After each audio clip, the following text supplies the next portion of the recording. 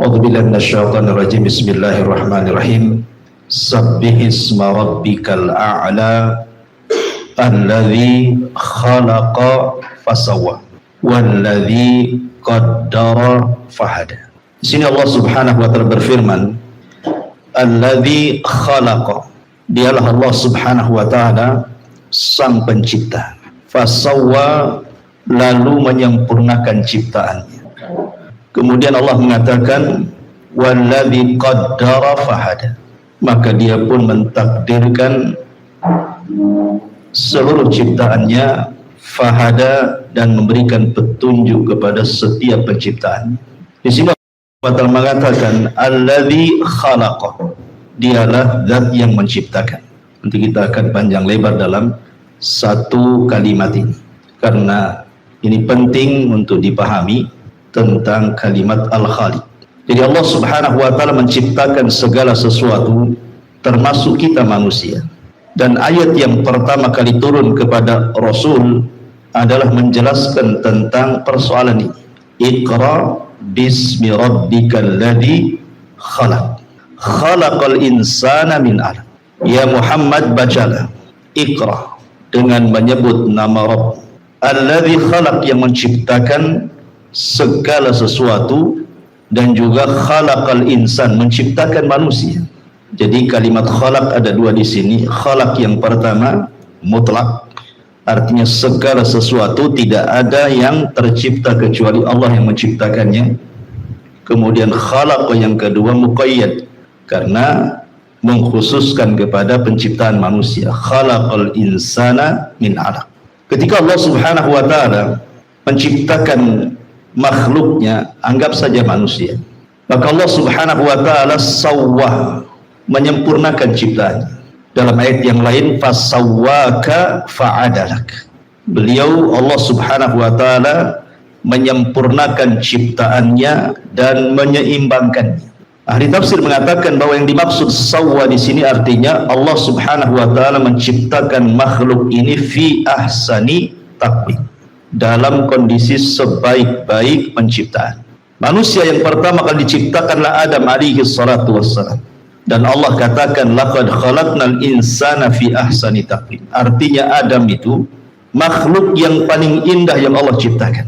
Dan ini bantahan kepada teori Darwin yang mengatakan bahwa muasal manusia itu dari kera. Bagaimana dari kera, sementara Allah Subhanahu wa taala ketika memasukkan kita, kalau takdirkan kita masuk surga, maka Allah akan membentuk seluruh turunan Adam seperti Adam. Kenapa Allah Subhanahu wa taala ciptakan kita kelak di surga seperti bentuk Adam? Karena Allah ingin ikram, memuliakan Bani Adam. Tidak mungkin orang masuk surga dalam bentuk kera, kan? Karena surga itu tempat yang mulia. Masa kera bisa masuk surga? Makanya Allah Subhanahu wa taala bentuk lagi seperti bapak kita. Semua manusia, laki-lakinya perempuannya, tingginya 60 hasta, lebarnya 7 hasta, dan ketampanannya persis seperti Adam alaihi salatu wassalam. Baru dimasukkan ke dalam surga. Ini menunjukkan kemuliaan manusia dan bantahan kepada teori Darwin. Kemudian Allah mengatakan alladzi qaddar, dialah yang mentakdirkan semua makhluknya, termasuk manusia. Allah takdirkan rizkinya, Allah takdirkan umurnya, Allah takdirkan bahagia celakanya, dan begitu seterusnya. Kemudian hada, Allah berikan petunjuk bagaimana cara dia hidup, bagaimana cara dia buat rumah, bagaimana cara dia makan, bagaimana cara dia menjaga kesehatan, bagaimana cara dia mencari pekerjaan, dan begitu seterusnya. Bukan hanya manusia, bahkan binatang juga sama, diberikan insting untuk hidup sesuai dengan kemaslahatan mereka. Itu secara global tafsir daripada ayat kedua dan ketiga. Baik, kita akan fokus pada kalimat alladzi khalaqa. Dialah zat yang menciptakan. Di antara nama-nama Allah Subhanahu wa taala adalah Al-Khaliq, sang pencipta.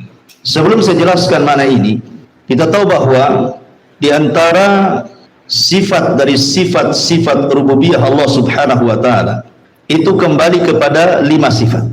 Semua sifat rububiyah Allah Subhanahu wa taala itu kembali kepada 5 sifat. Pertama, sifatul khalqi. sifat bahwa Allah Subhanahu wa taala yang menciptakan semua makhluknya. Yang kedua, sifatul mulki, bahwa Allah Subhanahu wa taala yang menguasai seluruh makhluknya. Kemudian yang ketiga, sifatul tadbir, bahwa Allah Subhanahu wa taala yang mengatur semua makhluknya. Kemudian yang keempat, sifatul ihya, bahwa Allah Subhanahu wa taala yang menghidupkan seluruh makhluknya. Dan yang terakhir, sifatul imatati wal ba'thi wan nusyur, bahwa Allah lah yang kelak akan mematikan, menghancurkan, membangkitkan dan mengumpulkan. Dari sinilah maka tidak bisa dikatakan Rabb, tidak bisa dikatakan Tuhan yang layak disembah kalau tidak disifati dengan sifat lima ini. Kalau ada orang yang menganggap fulan Tuhan, benda ini Tuhan, pohon itu Tuhan, berhala ini Tuhan, maka kita bisa praktekkan dengan lima sifat ini. Apakah Tuhan yang dianggap Tuhan itu menciptakan? Apakah Tuhan yang dianggap Tuhan itu menguasai alam semesta? Apakah Tuhan yang dianggap Tuhan itu mengatur alam semesta? Apakah Tuhan yang dianggap Tuhan itu menghidupkan seluruh alam semesta? Apakah Tuhan yang dianggap Tuhan itu mampu menghancurkan semua makhluk di alam semesta? Kalau tidak, maka dia bukan Tuhan. Itu kesimpulannya. Di dalam Al-Quranul Karim, Allah Subhanahu wa taala menyebut kata Al-Khaliq itu 11 kali. Dengan sighah mufrad, tunggal, atau dengan sighah tafdil, dengan bentuk berlebihan, ataupun dengan sighah jama', Al-Khaliqun. Tetapi semuanya berjumlah 11 kali di dalam Al-Quranul Karim. Ma'asyiral muslimin yang dimuliakan Allah Subhanahu wa taala, ini saya katakan, di dalam Al-Quran itu ada dua kata, Al-Khaliq dan Al-Khallaq. Al-Khaliq dan Al-Khallaq. Apa maksudnya dan apa perbedaannya? Secara makna sama, pencipta. Sebagian ulama mengatakan bahwa Al-Khaliq itu mufrad, sang pencipta. Artinya menciptakan sesuatu yang belum ada sebelumnya dan belum ada misal sebelumnya. Allah Subhanahu wa taala menciptakan makhluk di mana makhluk ini tidak ada sebelumnya dan tidak ada misal sebelumnya. Itu disebut Al-Khaliq. Tapi Khallaq ini artinya Allah Subhanahu wa taala menciptakan makhluk dari makhluk dan sifatnya terus menerus seperti manusia, terus menerus ada penciptaan. Atau dengan kata lain, ma'asyiral muslimin yang dimuliakan Allah Subhanahu wa taala, bahwa ketika Allah Subhanahu wa taala menciptakan makhluk itu ada dua perkara yang antum harus paham. Terkadang Allah Subhanahu wa taala menciptakan makhluk itu tanpa ada asal. Allah ciptakan dengan kalimat kun fayakun. Memang tidak ada sebelumnya, kemudian Allah ciptakan makhluk itu dengan kalimat kun fayakun. Jadi maka jadilah. Seperti contohnya Allah Subhanahu wa taala menciptakan arsy. Allah ciptakan dengan kun, jadi. Allah menciptakan kolam pena. Allah katakan pena kun fayakun. Jadi maka jadi pena. Allah menciptakan langit dan bumi. Allah katakan kun fayakun. Allah menciptakan nar, api. Allah menciptakan nur, cahaya. Allah menciptakan bumi atau turab. Semua dengan kata kun fayakun. Kemudian yang kedua, Allah Subhanahu wa taala menciptakan sesuatu dari sesuatu yang sudah diciptakan. Dengan kata lain, Allah menciptakan makhluk dari makhluk. Seperti Allah Subhanahu wa taala menciptakan nur, cahaya. Dari cahaya tercipta malaikat. Berarti malaikat tercipta dari makhluk yang namanya cahaya. Dan cahaya diciptakan oleh Allah dengan kun fayakun. Kemudian Allah ciptakan nar, api. Dari api Allah ciptakan jin. Berarti jin tercipta dari makhluk yang namanya nar. Dan nar dicipta oleh Allah dengan kalimat kun fayakun. Kemudian Allah menciptakan turab. Menciptakan tanah dengan kun fayakun. Dari tanah itulah tercipta Adam alaihi salatu wassalam. Bisa dipahami? Jadi Allah Subhanahu wa taala menciptakan makhluk itu ada dua macam. Pertama, tidak ada materinya, langsung dengan kun fayakun. Kedua, Allah Subhanahu wa taala ciptakan makhluk dari materi yang sebelumnya sudah diciptakan Allah. Seperti malaikat, kemudian jin, manusia dan yang lainnya. Sebagianlah mengatakan bahwa asal ciptaan manusia itu, asal ciptaan makhluk itu ada 4. Usulul khalqi namanya. Usulul khalqi itu arba'atun. Asal penciptaan itu ada 4 macam. Ada pertama dari nur cahaya, kemudian dari nar api, kemudian dari alma air, kemudian dari turab tanah.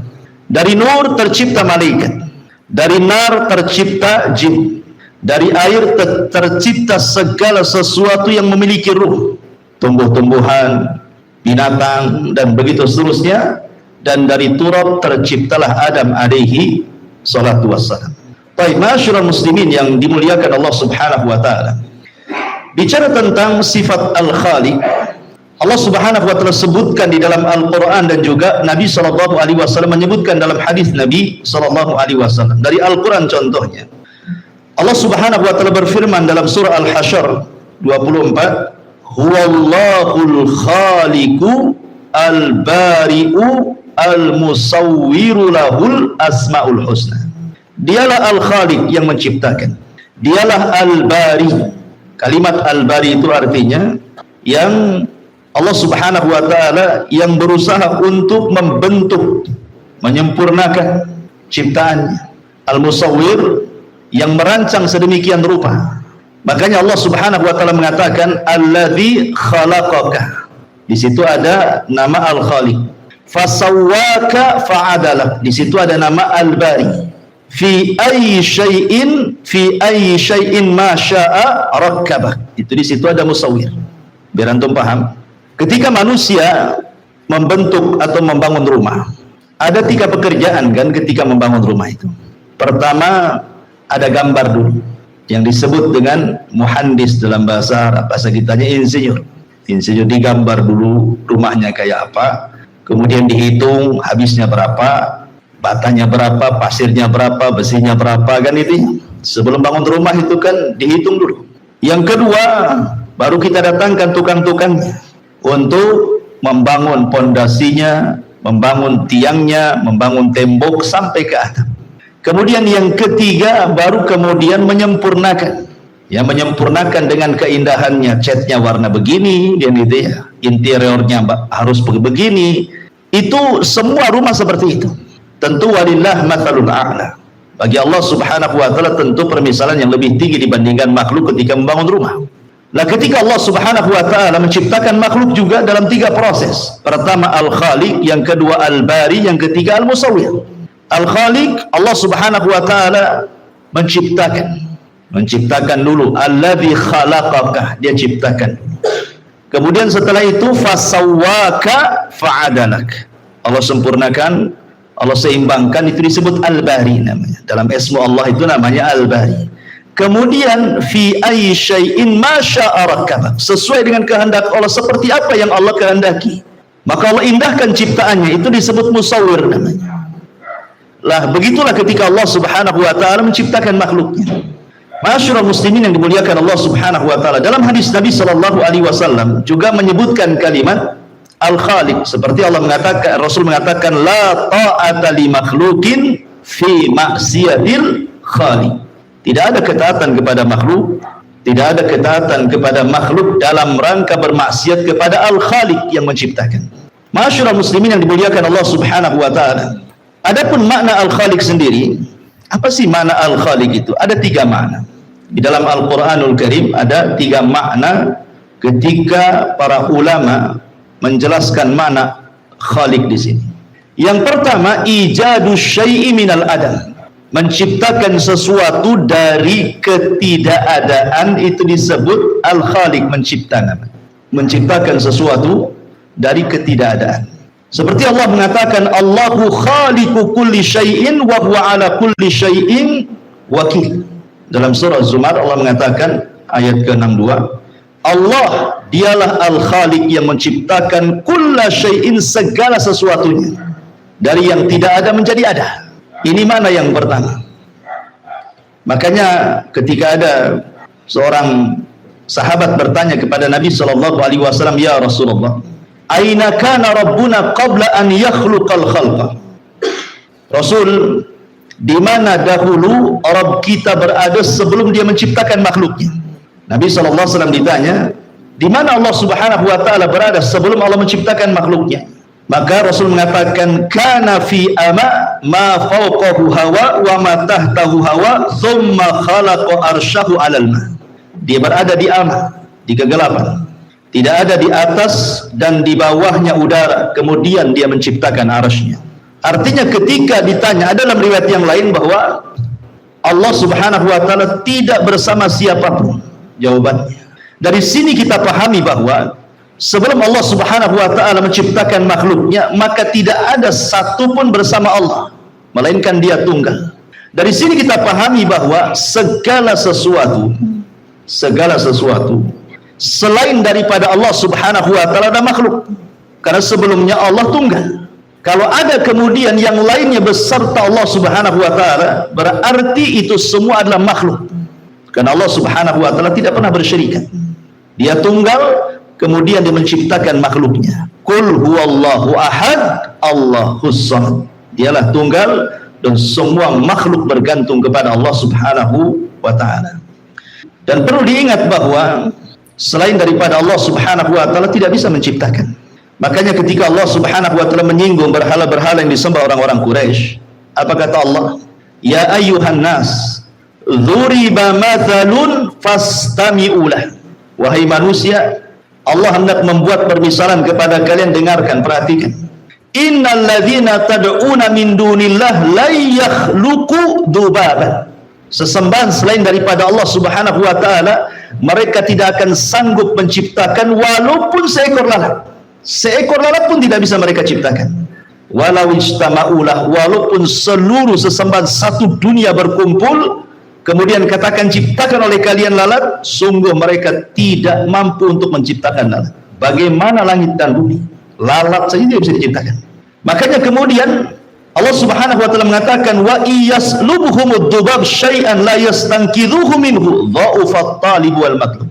Jangan lagi menciptakan lalat. Seandainya ada sesajen diletakkan di berhala, kemudian lalat mencuri satu makanan, mungkin kalau bahasa kita satu butir beras, satu butir nasi, kemudian lalat itu memakannya, maka berhala-berhala tidak sanggup untuk mengembalikan makanannya. Dari sini Allah katakan dha'ufat talib wal matlub. Sungguh lemah orang yang menyembah berhala dan berhalanya juga lemah. Dua-duanya lemah. Ya. Ma'asyiral muslimin yang dimuliakan Allah Azza wa Jalla. Maka dialah satu-satunya pencipta dan tidak ada yang menciptakan selain Allah. Makanya kita lihat ada sahabat di zaman Rasul namanya Adi ibn Hatim. Zubair ibn Mut'im radhiyallahu anhu. Zubair ibn Mut'im. Dia datang dari Mekah untuk membunuh Nabi karena kerabatnya banyak yang mati di perang Badar. Dendam dia. Akhirnya kemudian dia datang ke Madinah dengan sembunyi-sembunyi. Ketika sudah dekat Masjid Nabawi, masjid di zaman itu kan gelap, dia bisa sembunyi di mana saja. Ketika ada kesempatan dia menghunus pedangnya ketika Rasul menjadi imam salat, ketika itu salat maghrib, maka dia mendengar apa yang dibacakan Nabi SAW. Apa yang dibacakan Nabi surah Toha. Ketika Nabi SAW sampai kepada ayat am khuliqu min ghairi syai'in am humul khaliqun am khalaqus samawati wal arda la yuqinun. Kata Allah, am khuliqu, apakah mereka berhala-berhala itu khuliqu diciptakan min ghairi syai'in, dari sesuatu. Apakah ada asal usulnya berhala itu? Am humul khaliqun, ataukah mereka ujug-ujug ada, tiba-tiba sudah ada saja berhalanya? Tentu harus dijawab ini. Ya. Am khuliqu min ghairi syai'in, apakah berhala disembah itu tercipta dari sesuatu? Apakah ujug-ujug ada, tiba-tiba ada? Am khalaqu, pertanyaan ketiganya, am khalaqus samawati wal ard, apakah berhala-berhala itu yang menciptakan langit dan bumi? Lihat ujung ayatnya, balla yuqinun, orang musyrik sendiri tidak yakin dengan itu. Mereka nggak yakin, sebab tiga-tiganya nggak ada. Ya. Kalau seandainya, mungkin yang pertama bisa dijawab, am khuliqu min ghairi syai'in, apakah mereka diciptakan dari segala sesuatu? Jawabannya harus iya, karena berhala yang mereka sembah dipahat dari batu. Loh, kalau dia Tuhan, kenapa pula dipahat dari batu? Ataupun am humul khaliqun, ataukah mereka tercipta dengan sendirinya? Mustahil. Oh, mereka yang menciptakannya, mereka yang membuatnya. Kalau mereka yang membuatnya, Berarti tidak mungkin mereka mampu menciptakan langit dan bumi. Kondisi mereka sendiri tercipta oleh manusia. Dari situlah Zubair bin Mut'im kemudian menyarungkan pedangnya lagi. Dia berpikir, benar juga. Selama ini saya menyembah Tuhan yang salah. Akhirnya hilanglah dendamnya. Kemudian ada keinginan masuk Islam. Selesai sholat, dia datang kepada Rasul, bersyahadat, asyhadu an la ilaha illallah wa asyhadu annaka Rasulullah. Masuk Islam dia. Ya. Ma'asyiral muslimin yang dimuliakan Allah Subhanahu wa taala, ini mana yang pertama. Mana yang kedua, al-khaliq itu artinya at-tahyi'atu wat-taqdir wat-tashkil. Jadi Allah merancang, membentuk dengan sedemikian rupa. Makanya Allah mengatakan dalam surah Al-Mu'minun ayat 14, fatabarakallahu ahsanal khaliqin. Fatabarakallahu ahsanal khaliqin. Kalimat ahsanal khaliqin, sebaik-baik ciptaan, karena Allah membentuk sedemikian rupa. Allah membentuk sedemikian rupa, makanya manusia ini tidak tercipta begitu saja. Ada prosesnya. Mulai dari segumpal mani, Allah ciptakan mani. Kemudian 40 hari berganti menjadi segumpal darah. Ciptaan lain lagi. Dari mani ke darah, Allah ciptakan lagi yang namanya gumpalan darah. Kemudian setelah 40 hari, Allah bentuk tuh, dibalut dengan tulang, dibalut dengan daging, jadilah dia janin 4 bulan. Ya kan? Berarti atwah, nggak ujung-ujung jadi kan, dari mani dulu, segumpal darah, baru daging dibalut tulang, dibalut daging, baru ditiupkan roh. Setelah lahir kemudian Allah Subhanahu wa taala ciptakan lain. Allah kasih dia ciptakan sebaik-baik mungkin. Diberi rambut yang indah, warna kulit, kan itu. Dan begitu seterusnya.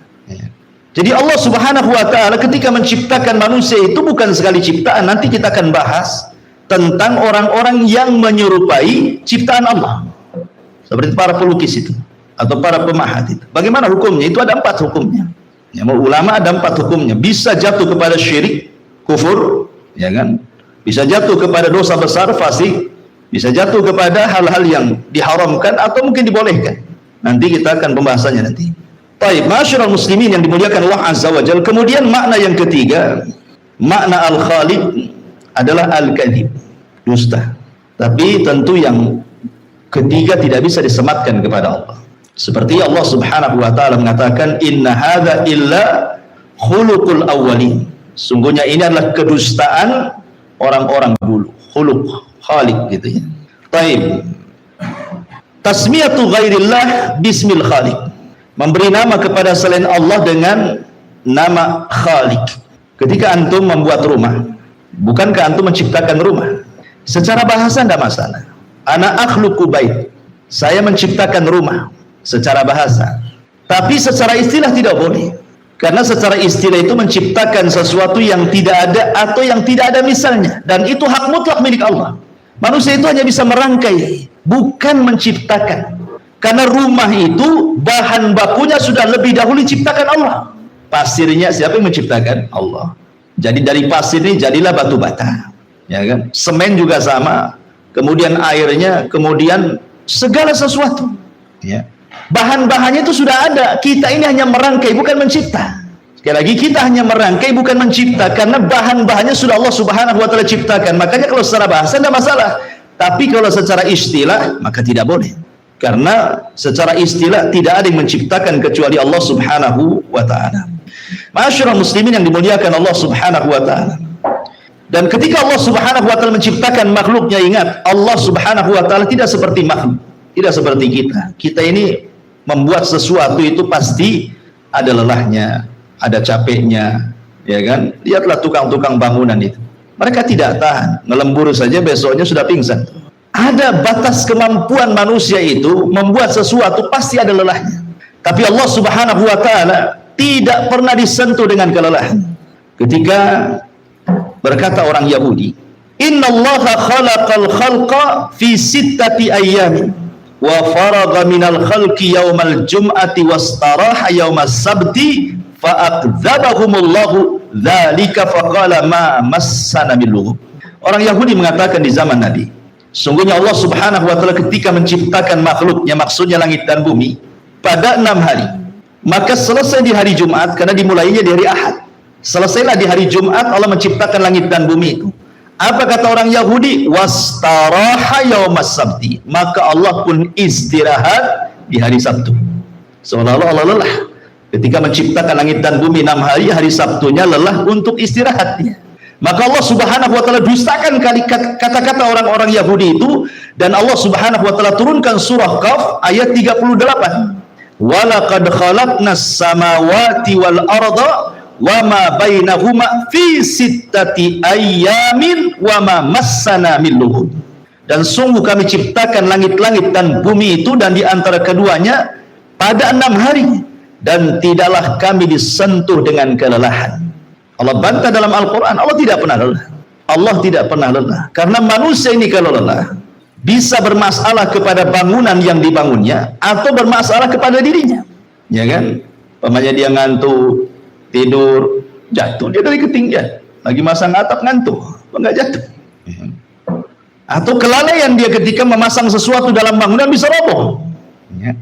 Sehingga kemudian mustahil Allah disentuh dengan kelelahan. Karena lelah itu identik dengan istirahat, identik dengan ngantuk, akhirnya tidur kan begitu. Makanya ketika dulu saya ceritakan Nabi Musa alaihi salatu wassalam, ketika bertanya apakah Allah Subhanahu wa taala itu tidur, diutus malaikat. Kemudian Musa suruh berdiri, tangan kanan yang memegang qaruruh botol, tangan kiri juga sama. Suruh berdiri seperti ini, jangan bergerak. Lama Musa berdiri, akhirnya ngantuk dia. Ketika ngantuk pertama jatuh botol di tangan kiri. Kemudian akhirnya tertidur, jatuh lagi. Maka malaikat mengatakan, ya Musa, kalau Allah tersentuh dengan kantuk dan tidur, seperti itulah alam semesta, hancur jadinya. Ya. Ma'asyiral muslimin yang dimuliakan Allah Subhanahu wa taala. Baik. Al-Khaliq Subhanahu wa taala yakhluqu ma yasha, kemudian waqta ma yasha, kaifa ma yasha. Allah itu menciptakan sesuka hatinya. Begitu juga waktunya Allah menciptakan sesuka-suka dia kapan waktunya, termasuk juga cipta yang diciptakan sesuka dia ciptakan. Allah mengatakan la tas'al amman yaf'al wa hum yus'alun. Jangan tanya apa yang Allah lakukan, bahkan Allah akan tanya apa yang kalian lakukan. Karena Allah Subhanahu wa taala itu ketika berkehendak menciptakan sesuatu, maka itu sesuai dengan kehendak Allah, tidak bisa diatur. Tidak ada yang bisa mengatur Allah Subhanahu wa taala. Makanya Allah mengatakan dalam surah Asy-Syura ayat 49 sampai 50, lillahi mulkus samawati wal ard yakhluqu ma yasha yahabu liman yasha inathan wa yahabu liman yasha adz-dzukura. Allah lah pemilik langit dan bumi, dia menciptakan sesuai kehendaknya. Terkadang Allah menganugerahkan kepada orang yang dikehendakinya terciptalah perempuan, ataupun menghendaki tercipta laki-laki. Lihat ketika keluarga Imran bernazar ingin punya anak laki-laki supaya bisa berkhidmat ke Baitul Maqdis. Rupanya mengandunglah perempuan Maryam. Karena Allah yang berkehendak kan itu. Kita berkehendak, Allah pula tidak berkehendak, tidak terjadi. Allah berkehendak, kita pula tak berkehendak, pasti terjadi. Karena yang namanya Allah Subhanahu wa taala menciptakan sesuatu pasti ikut maratibu takdir. Dipastikan ikut maratibu takdir. Apa maratibu takdir? Al-ilmu, al-kitabatu, al-masyiatu, al-khalq. Itu disebut maratibu takdir. Maratibu takdir itu artinya tingkatan-tingkatan takdir. Kalau orang awam mungkin beriman kepada takdir, cukup mengatakan apa yang Allah kehendaki terjadi, apa yang tidak Allah kehendaki tidak terjadi. Itu iman kepada takdir masyarakat awam seperti itu. Tapi kalau bagi antum para thalabatul ilmi, ya bukan hanya sekedar ini. Harus paham namanya maratibu takdir namanya. Pertama al-ilmu. Ketika Allah Subhanahu wa taala sebelum menciptakan sesuatu, maka Allah Subhanahu wa taala dengan pengetahuannya yang luas, maka Allah sudah menggambarkan apa yang akan diciptakannya. Kemudian setelah itu Allah catat apa yang akan diciptakannya itu di tempat yang disebut dengan Lauhil Mahfuz. Kemudian setelah itu Allah Subhanahu wa taala ketika menciptakan itu pasti atas kehendaknya, ada masyiah, kehendak. Ya, suka-suka Allah menciptakan manusia, menciptakan ini, menciptakan itu. Tetapi yang jelas bahwa tidak ada penciptaan Allah itu yang sia-sia. Baru setelah itu Allah ciptakan. Kan itu ya. Ada ilmunya dulu, ada catatannya dulu, ada kehendaknya dulu, baru terciptalah makhluk. Jadi Al-Khaliq itu tidak lepas daripada maratibut takdir tadi. Ma'asyiral muslimin yang dimuliakan Allah Subhanahu wa taala. Lah Allah Subhanahu wa taala juga ketika menciptakan makhluk ini beragam ciptaannya. Ada yang besar sekali seperti arasy kan itu ya. Besar sekali. Bahkan ketika Nabi SAW menggambarkan betapa besarnya arasy Allah Subhanahu wa taala, Allah membandingkan penciptaan bumi dengan langit, kemudian penciptaan langit bumi dengan kursi, kemudian penciptaan kursi langit dan bumi dengan arasy. Kata Nabi SAW, perbandingan bumi dengan langit itu seperti cincin dilempar ke padang pasir. Cincin itu bumi, padang pasir itu langitnya. Apabila digabung langit dengan bumi dengan kursi Allah, sama dengan cincin dilempar ke padang pasir. Cincin itu langit buminya, kursi itulah padang pasirnya. Apabila disatukan nih, mulai dari kursi, langit, bumi dengan arasy Allah Subhanahu wa taala, maka ibarat kita melempar cincin di padang pasir. Cincin itulah kursinya, langitnya, buminya, padang pasir itu arasy-nya. Gimana yang menciptakan arasy-nya? Allahu Akbar. Tentu Allah lebih besar daripada itu kan gitu. Jadi Allah Subhanahu wa taala menciptakan makhluk beragam untuk menunjukkan bahwa Dia adalah Al-Khaliq, pencipta. Mampu menciptakan segala sesuatu. Dari yang besar sampai yang kecil, makhluk Allah tidak mungkin menciptakan seperti yang Allah ciptakan. Manusia hanya merangkai. Dan itu pun terbatas. Ketika Allah Subhanahu wa taala menciptakan manusia, terus Allah ciptakan. Kulla yaumin huwa fi sya'n. Setiap hari Allah itu sibuk. Ya, melahirkan ini, mematikan ini, melahirkan ini, mematikan itu. Artinya kan di sini penciptaan terus berlangsung tuh. Setiap hari Allah ciptakan manusia. Sekarang ada pabrik, coba memproduksi apa? Sampai di mana kuatnya pabrik memproduksi sebuah barang? Pasti ada rusaknya mesin itu. Ada lelahnya. Pasti ada lelahnya kan itu ya. Tidak mungkin istimrar seperti itu kan. Dari situ saja menunjukkan kelemahan kita dan kekuatan Allah Subhanahu wa taala. Ma'asyiral muslimin yang dimuliakan Allah Azza wa Jalla. Tetapi di sana ada makhluk-makhluk Allah yang Allah muliakan dengan cara Allah ciptakan langsung dengan kedua tangannya. Seperti dalam sebuah hadis dari Abdullah ibn Umar radhiyallahu anhu, Rasul mengatakan, khalaqallahu arba'ata asya biyadi. Allah Subhanahu wa taala menciptakan 4 perkara dengan tangannya. Yang pertama ada, Allah ciptakan langsung dengan tangannya. Makanya disinilah kenapa iblis hasad. Karena iblis tidak diciptakan langsung dengan tangan, diciptakan dari api.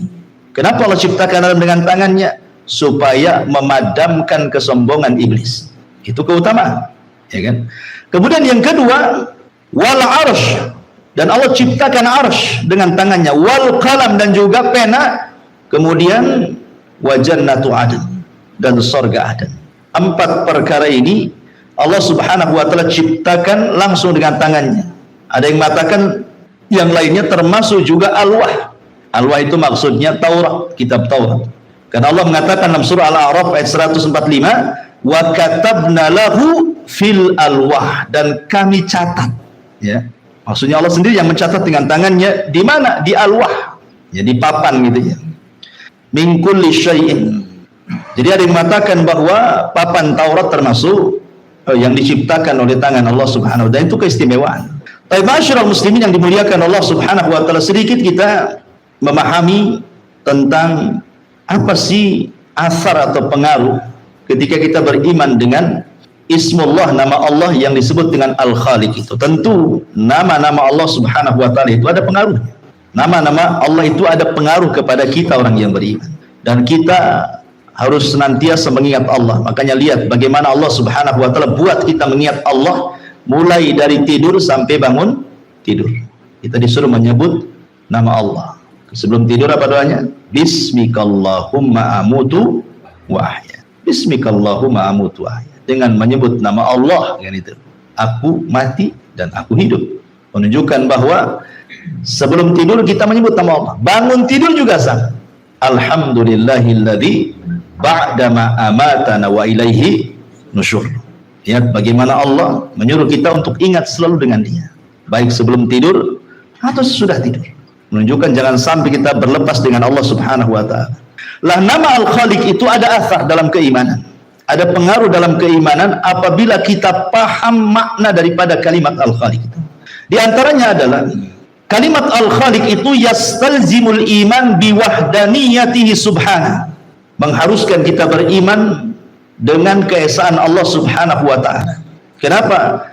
Karena di alam semesta ini tidak ada zat yang mampu menciptakan seperti yang Allah lakukan. Makanya Allah mengatakan ayusyrikuna ma la yakhluqu syai'an wa hum yukhlaqun. Apakah kalian hendak menyekutukan zat yang mereka tidak bisa menciptakan, bahkan mereka yang diciptakan? Di sini tumbuh tauhid bahwa hanya Allah lah satu-satunya zat pencipta.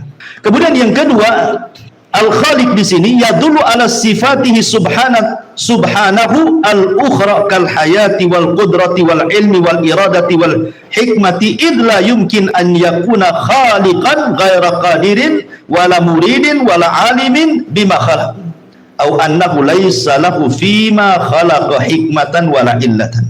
Ketika kita sebut nama Khaliq, itu mengharuskan ada sifat-sifat yang lainnya yang nempel dari sifat Al-Khaliq itu. Seperti al-haya kehidupan, al-qudrah kemampuan, al-ilmu pengetahuan, al-iradah kehendak, al-hikmah adanya kebaikan.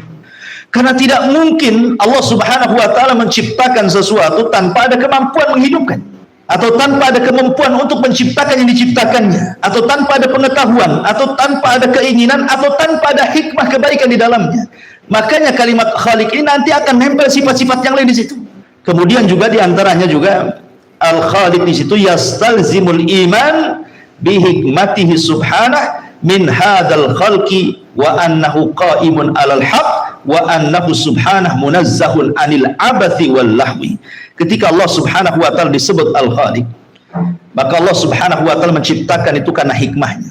Segala sesuatu yang Allah ciptakan ada hikmah di balik penciptaannya. Alima man alimah, jahila man jahila. Ada yang orang tahu yang hikmahnya, ada yang tidak paham. Tapi yakinlah bahwa Allah Subhanahu wa taala menciptakan segala sesuatu, tidak ada yang main-main. Tidak ada penciptaan yang Allah ciptakan itu al-abath wal lahu, tidak ada.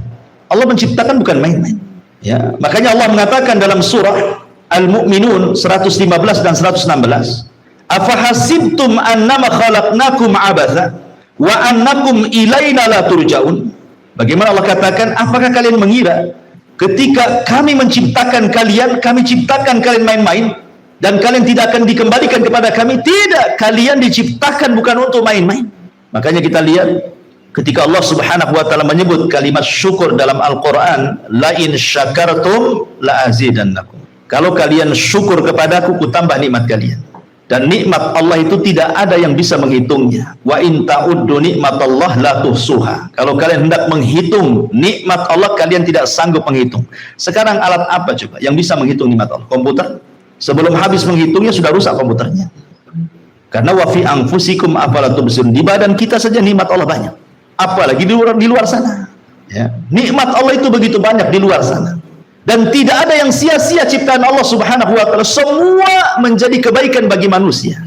Semua alam semesta ini menjadi kebaikan bagi manusia, pemandangannya, keindahannya, nikmat-nikmatnya gitu kan. Dan yang paling besar daripada itu adalah diutusnya seorang utusan dari kalangan manusia sendiri. Allah tidak mengutus malaikat, Allah tidak mengutus jin, tapi Allah mengutus manusia sebagai rasul dari kalangan manusia supaya memudahkan untuk berdakwah. Dan itu nikmat Allah yang paling besar. Jadi kita tidak diciptakan sia-sia, bahkan diutus nabi lagi, diutus rasul lagi untuk memberikan hidayah bagaimana cara menyembah Allah Subhanahu wa taala. Kemudian juga kalimat Al-Khaliq itu yurithul mahabbah al-kamilah, mewariskan adanya cinta yang sempurna. Kenapa? Karena Allah itu ketika menciptakan kita bukan hanya menciptakan saja. Makanya dulu saya jelaskan kepada antum tentang 5 nikmat yang Allah Azza wa Jalla karuniakan kepada kita. Siapa yang ingat? Dimulai daripada al-ijad, kemudian al-i'dad, kemudian al-imdad, kemudian al-irsyad, kemudian al-is'ad. Inilah 5 kenikmatan. Pertama ijad, Allah ciptakan kita. Kemudian i'dad, Allah sediakan fasilitasnya. Kemudian imdad, Allah perbanyak kebutuhannya. Kemudian al-irsyad, Allah berikan insting kepada manusia. Ini bisa dimakan, ini tidak. Ini bisa dijadikan obat, ini tidak. Ini bisa ditempati, ini tidak. Allah berikan irsyad. Kemudian terakhir Allah berikan kebahagiaan. Lah dengan fasilitas Allah itu, Allah hanya minta satu, supaya kita bersyukur dengan cara apa? Jangan menyembah kecuali kepada Allah. Wa ma khalaqtul jinna wal insa illa liya'budun. makna liya'budun kata Ibnu Katsir illa liwahiduni, agar mereka mentauhidkan aku dengan ibadahnya itu, ya. Baik. Kemudian juga ketika kita bicara tentang Al-Khaliq, maka Al-Khaliq artinya yastalzim qabula syar'ihi, menerima semua syariat yang Allah turunkan, termasuk berhukum dengan Allah, redha dengan hukumnya, tidak boleh mengganti selain daripada hukum Allah Subhanahu wa ta'ala. Karena Allah mengatakan ala ya'lam man khalaqa wa huwal latiful khabir. Tidakkah mereka tahu siapa yang menciptakan mereka? Berarti kalau tahu Allah yang menciptakan, berarti semua makhluk harus ikut aturan Allah. Allah sudah menurunkan nabi, rasul, dibuat aturan bagi manusia. Kenapa demikian? Kenapa kita harus mengikuti aturan Allah dan syariatnya? Karena Allah yang menciptakan kita, Allah yang paling tahu maslahat kita. Adapun aturan-aturan yang dibentuk oleh manusia, undang-undang dibuat manusia, tidak semua membuat maslahat. Kenapa? Karena mereka tidak paham kehendak kita manusia. Tapi Allah yang menciptakan kita paham maslahat kita. Makanya dibuat undang-undang untuk kemaslahatan manusia. Betapa banyak undang-undang yang dibuat manusia merusak. Tetapi tidak ada undang-undang yang merusak dari Allah, karena Allah tahu kemaslahatan manusia. Nah, itulah hebatnya Allah Subhanahu wa ta'ala. Dari sinilah kalau kita sudah tahu la ta'ata li makhluqin fi maksiatil khaliq. Tidak ada ketaatan kepada makhluk dalam rangka bermaksiat kepada Allah Subhanahu wa ta'ala. Ma'asyiral muslimin yang dimuliakan Allah Subhanahu wa ta'ala. Adapun dalil bagaimana tahu bahwa Allah adalah sang khaliq? Apa tandanya, apa alamatnya, apa dalilnya? Kalau Allah Subhanahu wa ta'ala satu-satunya sang khaliq, itu apa dalilnya? Burhannya apa? Nah, itu ya. Maka tentu secara fitrah, secara akal, secara dalil qaul, secara dalil nakal, semua terjawab. Yang pertama secara fitrah, bukti wujudnya Allah Subhanahu wa ta'ala itu tidak perlu belajar, ikhwan. Tidak perlu belajar bukti wujudnya Allah. Fitrah mengakuinya. Contoh nih, kalau antum lihat pesawat, antum kan hanya lihat pesawatnya saja, tapi antum tidak lihat pilotnya. Antum lihat pilotnya? Kan tidak. Hanya lihat pesawatnya saja kan. Tapi antum yakin bahwa pesawat itu terbang pasti ada pilotnya. Tidak mungkin terbang sendiri. Drone saja yang nggak ada pilotnya tidak mungkin terbang sendiri, kecuali ada yang main ininya kan, yang memainkannya kan, remote-nya kan. Tidak mungkin tiba-tiba terbang begitu saja. Itu pesawat tuh, makhluk kecil. Bagaimana dengan alam semesta yang besar? Masa nggak ada penciptanya? Mustahil. Ya. Pasti ada yang menciptakannya, ada yang mengaturnya. Mustahil tiba-tiba ujung-ujung ada, itu udah mustahil. Makanya ingat ketika saya menceritakan tentang perdebatan Abu Hanifah dengan seorang ateis, ya kan? Ketika kemudian ateis ini menantang debat Abu Hanifah, kemudian Abu Hanifah telat datang dalam perdebatan itu. Kemudian Abu Hanifah menjelaskan kenapa telatnya. Kata Abu Hanifah, kamu sudah tahu bahwa perjalananku ke tempat ini harus menyeberangi sungai, katanya. Jadi tidak bisa tergesa-gesa. Cuman masalahnya yang buat aku terlambat itu, ketika aku hendak menyeberangi sungai, kok di depan saya ada pohon. Pohon itu tumbang sendiri, terpotong-potong sendiri, terserut sendiri, tiba-tiba terangkai jadi perahu sendiri, tiba-tiba aku naik ke dalam perahu itu, tiba-tiba jalan sendiri, tiba-tiba mengantarkan aku ke tempat tujuan ini tanpa ada yang nahkodanya, tidak ada yang mengantarkan, dia jalan sendiri. Kata orang ateis ini, kadzabta, dusta kamu. Mana ada, katanya. Abu Hanifah, kalau gitu selesai debatnya. Kenapa? Kenapa? Kata Abu Hanifah, kalau gitu selesai debatnya. Sudah menang Abu Hanifah. Kalau dia mengatakan kadzabta, dusta, itulah jawabannya. Kalau orang ateis saja mengatakan kadzabta, dusta, ceritanya Abu Hanifah, iyalah jelas. Tidak mungkin pohon tumbang sendiri kecuali yang menumbangkannya. Tidak mungkin terpotong sendiri kecuali yang memotongnya. Tidak mungkin terserut sendiri kecuali yang menyerutnya. Tidak mungkin terangkai jadi kapal kecuali yang membuatnya. Tidak mungkin pula kapal berjalan kecuali nakodanya. Ini kapal. Dari pohon jadi kapal. Ada yang menciptakannya. Lah alam semesta masa ujung-ujung juga ada kan? Sudah selesai, benang saya debat. Nanti sudah mengatakan kadzabta, dusta. Itulah jawabannya. Berarti kamu mengakui alam semesta ini ada sang Khalik pencipta. Karena mendustakan dongengannya Abu Hanifah. Ya. Kalau dia mengatakan sodakta, engkau benar, berarti adalah perdebatan di situ. Ketika dia mengatakan kadzabta, dusta, berarti dia mengingkari, berarti sesungguhnya dia meyakini alam semesta tidak mungkin tercipta kecuali ada yang menciptakan. Makanya sering saya katakan sama antum, fitrah manusia itu kullu maulud yuladu alal fitrah. Lihat orang-orang yang di hutan-hutan belantara sana, yang di hutan-hutan itu. Kita lihat mereka menyembah aneh-aneh kan, menyembah pohon, menyembah akar, menyembah ular, macam-macam di hutan itu. Orang-orang yang ada di hutan primitif lah. Zaman sekarang sudah ada, nggak ada zaman dulu ya kan. Loh kenapa mereka sampai menyembah seperti itu? Karena mereka yakin ada yang menciptakan mereka. Cuman mereka salah mengambil sesembahan gitu saja. Karena tidak diutus Nabi kepada mereka. Tapi fitrah bahwa alam semesta ini ada yang disembah, maknanya ada yang menciptakan, sudah tertanam pada setiap orang itu. Cuman salah aja mereka cari sembahan kan gitu ya. Karena Rasul tidak sampai. Dari situ fitrah mengakui bahwa di alam semesta ini ada sang Khalik pencipta. Itu fitrah. Fitrah manusia tidak mungkin mengingkari. Ya. Masyarakat muslimin yang dimuliakan, adapun secara dalil hissi, indrawi, ya, kita dapat mendengar, menyaksikan ada orang berdoa tiba-tiba dikabulkan doanya, atau kita sendiri berdoa kemudian setelah itu dikabulkan doanya. Nah, siapa yang mengabulkan doa kita? Coba, antum berdoa berarti ada sang Khalik di situ yang menciptakan, yang mengabulkan kita ini kan dengan penciptaan dia, ya, diciptakan pengabulannya. Adapun dalil akli, dalil pikiran, bukti akan Allah Subhanahu wa taala sang Khalik, ikhwatu fillah, muliakan Allah Azza wa Jalla, bahwa tidak mungkin makhluk menciptakan dirinya sendiri, itu sudah cukup. Tidak mungkin makhluk menciptakan dirinya sendiri, pasti ada yang menciptakan. Makanya Allah mengatakan wa fi anfusikum afala tubsirun, dan dalam diri kalian itu tidakkah kau lihat? Apakah saya tanya antum, apakah antum tercipta dengan sendiri? Tidak. Kalau dia mengatakan, oh dari ibu saya tanya ibumu dari siapa? Dari bapaknya lagi. Bapaknya dari mana? Dari terus sampai kapan ujungnya kan? Ya, paling mentok di Adam tuh. Nanti pertanyaannya gimana dengan Adam? Nah, kan, apakah Adam tiba-tiba ada kan gitu kan? Pasti ada yang menciptakannya. Ujung-ujungnya juga mentok. Ya. Adapun dalil kaun sudah jelas lah, adanya alam semesta, adanya langit, bumi, angin, oksigen, macam-macam itu bukti adanya sang pencipta. Adapun dalil-dalil berserak di dalam Al-Quran, bahkan kitab-kitab langit yang Allah Subhanahu wa taala turunkan mulai dari Suhuf, Taurat, Zabur, Injil, Quran, menetapkan adanya sang Khalik. Dari sana ada pencipta, Allah Subhanahu wa taala. Semua kitab langit. Tanya sama orang Nasrani, tanya sama orang Yahudi, tanya sama orang-orang yang membaca kitab-kitab lama. Apalagi kita seorang muslim, membaca Al-Quran, membaca hadis Nabi sallallahu alaihi wa ala alihi wasallam. Masyaallah muslimin yang dimuliakan Allah Subhanahu wa taala, intinya bahwa ketika kita mengatakan Allah Subhanahu wa taala adalah Khalik, dia adalah sang pencipta, berarti semakin besarlah keagungan kita kepada Allah Subhanahu wa taala. Karena harus ada athar sekali lagi dalam keimanan ketika kita meyakini bahwa alam semesta tidak mungkin tercipta begitu saja. Harus ada yang menciptakannya. Dan ini bagian daripada rububiyatullah, rububiyah Allah. Kenapa? Karena sifat Al-Khaliq itu tidak diingkari siapapun. Tidak diingkari.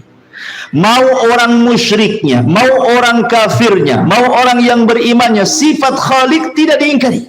Mana dalilnya? Allah katakan dalam Al-Quran, ya, wala in sa'altahum man khalaqas samawati wal ar fayaquluna Allah. Apabila engkau bertanya kepada mereka orang-orang musyrik itu, siapa yang menciptakan langit dan bumi? Pasti mereka akan katakan Tuhan, Allah, atau macam mana istilahnya kan? Bahasa-bahasa istilah Tuhan. Ya. Pasti mereka akan mengatakan Tuhan. Kalau kita Allah lah kan begitu. Pasti. Makanya kemudian dalam bab rububiyah tidak diingkari siapapun. Makanya orang yang kalau hanya bertauhid rububiyah ini belum memasukkan ke dalam Islam. Ya. Kalau hanya meyakini Allah pencipta, Allah pengatur, Allah penguasa dan begitu seterusnya, penghidup, pemati, belum dikatakan muslim. Karena rububiyah ini diimani oleh semua agama. Ya. Antum tanya agama mana saja, siapa yang menciptakan langit dan bumi, pasti akan mengatakan Tuhan. Tuhan, Tuhan, Tuhan, kan gitu ya. Bahasa kita tanya Allah, Allah atau apa gitu ya. Makanya tauhid rububiyah tidak cukup. Harus ada tauhid yang kedua yang disebut uluhiyah. Kalau kalian sudah mengakui bahwa yang menciptakan alam semesta ini Tuhan, lah kenapa engkau tidak sembah Tuhan? Kenapa kau sembah berhala ini, berhala itu, patung ini, patung ini? Nah, dalam hati kalian tahu bahwa tidak ada yang menciptakan Allah. Makanya ketika Nabi SAW hijrah dari Mekah ke Madinah, kemudian berjumpa dengan ayahanda Imran ibn Husain, namanya Husain, ya, ayahanda Imran namanya Husain. Ya Husain, kam ta'budu ilahan fil ard. Berapa sih Tuhan yang kau sembah di bumi ini, katanya, kata Nabi. Kata Husain itu, dia mengatakan sab'an. 7 berhala katanya. Sittatun fil ardi wa wahidun fis sama. Yang 6 ada di bumi, yang 1 ada di langit katanya. Kata si Husain nih kan. Berapa Tuhan yang kau sembah katanya? 7. Yang 1 di langit, yang 6 di bumi katanya. Kemudian Rasul mengatakan, seandainya kamu berdoa, kemana kau berdoa? Ke yang 6 di bumi atau yang 1 di langit? Oh, yang ke yang di langit. Kalau anakmu sakit, minta sembuh, kemana minta kesembuhan? Ke yang 6 di bumi atau ke yang 1 langit? Ya ke yang di langit katanya. Pokoknya setiap ditanya ke yang di langit, ke yang di langit itu. Kata Nabi SAW, ya Husain, kalau begitu, kenapa kau tidak sembah yang di langit saja? Kau tinggalkan yang 6. Apakah kalau seandainya kau sembah di langit, yang 6 akan demo? Oh enggak, yang di atas lebih kuat daripada yang di bawah. Kalau sudah begitu, sembahlah yang kuat, tinggalkan yang lemah. Masuklah ke dalam Islam. Akhirnya bersyahadat dia. Asyhadu an la ilaha illallah wa asyhadu annaka Rasulullah. Ya. Ma'asyiral muslimin yang dimuliakan Allah Azza wa, karena keberadaan Sang Khalik di atas ketinggian, ya. Sabbihisma rabbikal a'la, itu tidak bisa diingkari. Tidak bisa diingkari siapapun. Coba antum lihat, siapapun yang naik pesawat, mau mukminnya, mau kafirnya, mau musyriknya, di atas pesawat. Kemudian pesawatnya menabrak awan-awan yang kayak cadas. Kata pilot, sebentar lagi pesawat mau jatuh. Kira-kira apa yang terjadi? Semua berdoa. Kemana mereka berdoa? Pasti mereka akan berdoa ke yang di atas. Pasti mereka akan mengadakan ke atas semuanya. Ya Allah kan itu dengan bahasa mereka. Karena ketinggian Allah itu fitrah, ikhwan. Ketinggian Allah itu fitrah, tidak bisa diingkari. Ya, bahwa Allah itu maha tinggi, tinggi secara zatnya dan begitu seterusnya. Ya. Makanya kenapa ketika kita sujud mengucap Subhana Rabbiyal A'la, maha suci Allah yang maha tinggi kan itu ya. Ya. Karena kita ini hamba, dia tinggi-tinggi. Ya. Intinya bahwa ketika kita mengimani sifat Khalik di sini juga, bahwa kita diingatkan bahwa ada kehidupan setelah kematian. Minha khalaqnakum, ya. Dari tanah kami ciptakan kalian. Wa minha nu'idukum. Dari tanah kami kembalikan kalian. Wa minha nukhrijukum taratan ukhra. Dan dari tanah pula kalian akan dibangkitkan di hadapan Allah. Ini yang paling penting. Makanya Fudail ibn Iyad yang pernah saya katakan kepada antum ketika berjumpa dengan seorang kakek. Kam umru, berapa usiamu? Kata kakek ini, situna sana, usiaku 60 tahun. Kata Fudail bin Iyad, oh kalau gitu sudah lama kau ini berjalan menuju Allah, sudah jauh harusnya kau tuh, sudah mendekati, karena sudah lama umurnya kan, artinya kalau kamu berjalan menuju Allah tuh umur 60 tahun berarti sudah jauh tuh. Dia mengatakan, la haula wa la quwata illa billah, inna lillahi wa inna ilaihi rajiun. Kata kakek ini mengatakan, inna lillah, kepada Allah lah, milik Allah lah kami dan kepada Allah lah kami kembali. Kemudian kata Fudail, tahukah kamu makna inna lillahi wa inna ilaihi rajiun?